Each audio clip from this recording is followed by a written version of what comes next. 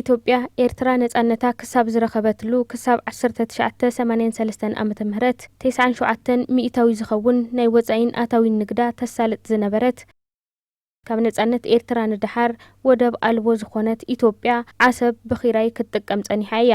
ኮይኑ ግና ኩናት ኢትዮ ኤርትራ ብ1990 ዓመተ ምህረት ምውልዑ ስዒቡ ዓሰብ ተዓጸየ። ኢትዮጵያ እውን ናይ ጅቡቲ ወደብ ከም መማረጺ ምጥቃም ጀመረት። ነዚ እውን ንብዙሕ ዓመታት ክትከፍሎ ዘይግባእ ዋጋ እናኸፈለት መጸት። ኢትዮጵያ ወደብ አልቦ ምዃና ብብዙሕ ጎዲእዋ እዩ። ወደብ ንኢኮኖሚ ሓንቲ ሃገር መሰረታዊ ነገር እዩ። ብፍላይ በዚሒ ህዝቢን እናዓበየ ዘሎ ኢኮኖሚ ንዘለወን ከም ኢትዮጵያ ንዝበላ ሃገራት ወደብ ክንዲ ሰራውር ደም ኣድላይን መሰረታዊን እዩ። ወደብ ዘለወን ሃገራት ምስ ዘይብለን ሃገራት እንትነጻጸራ ዓለም ለኸ ንግዲ ብቐጥታ ብቕልጡፍን ብንእሽተይ ወጻይን ምትዕድዳግ ይኽእላ። ብኣንጻሩ ወደብ ዘይብለን ሃገራት ኣብ ዓለም ለኸ ናይ ንግዲ መስመር ናይ ጎረባብቲ ሃገራት ጽግዕተኛ ይኾና። ናይ ወደብ ተበጻሕነትን ዕብየት ኢኮኖሚን ኣዝዮም ዝተኣሳሰሩ እዮም። ከም ኢትዮጵያ ዝበላ ወደብ ዘይብለን ናይ ኣፍሪካ ሃገራት ብዝገጥመን ናይ ሎጂስቲክስ ጸገም ምኽንያት ናይ ወጻኢን ኣታዊን ሸቐጣት ዋጋ ክንህር ይገብሮ።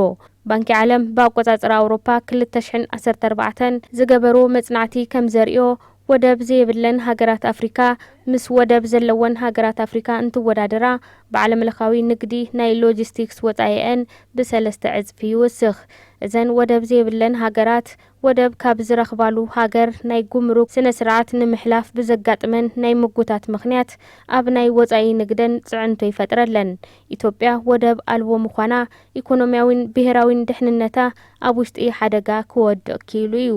ብምኽንያት ጸገም ወደብ ብዘጋጥም ናይ ትራንስፖርትን ሎጂስቲክስን ኣብ ዝበጽሕ ኪሳራ ኣድሂቦም መጽናዕቲ ብዝገበሩ ብዙሓት ምሁራን ከም ዓለም ለኻዊ ኣብነት ዘልዕልወን ናይ ጅቡቲ ወደብ ኮሪደርን ኢትዮጵያን እየን። ኮንፈረንስ ንግድን ልምዓትን ውድብ ሕቡራት መንግስታት ከም ኣቆጻጽራ ኣውሮፓ ብ2020 ኣብ ዘውጽኦ ሪፖርት ከም ዘተሓሳሰቦ ኢትዮጵያ ኣብ ጅቡቲ ጽግዕተኛ ምዃና ኢኮኖሚ እታ ሃገር ኣብ ውሽጢ ስትራቴጂያዊ ስግኣት ንክወድቕ ዝገበረ ብምዃኑ ቅልጡፍ መፍትሒ የድሊ ኢሉ።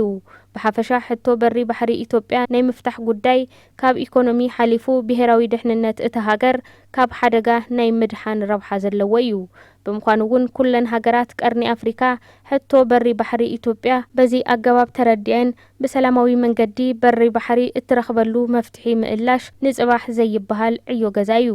ህዝቢ ኢትዮጵያ እውን ኣሰር ኣያታቱ ተኸቲሉ ረብሓ ሓድነት ካብ ታሪኽ ዓወት ዓድዋ ተማሂሩ ተስፋ ዘይምቑራጽ ካብ ምዝዛም ዓብይ ግድብ ህዳሰ ተረዲኡ ሕቶ በሪ ባሕሪ ኢትዮጵያ ግሁድ ክኸውን ክሰርሕ ኣለዎ።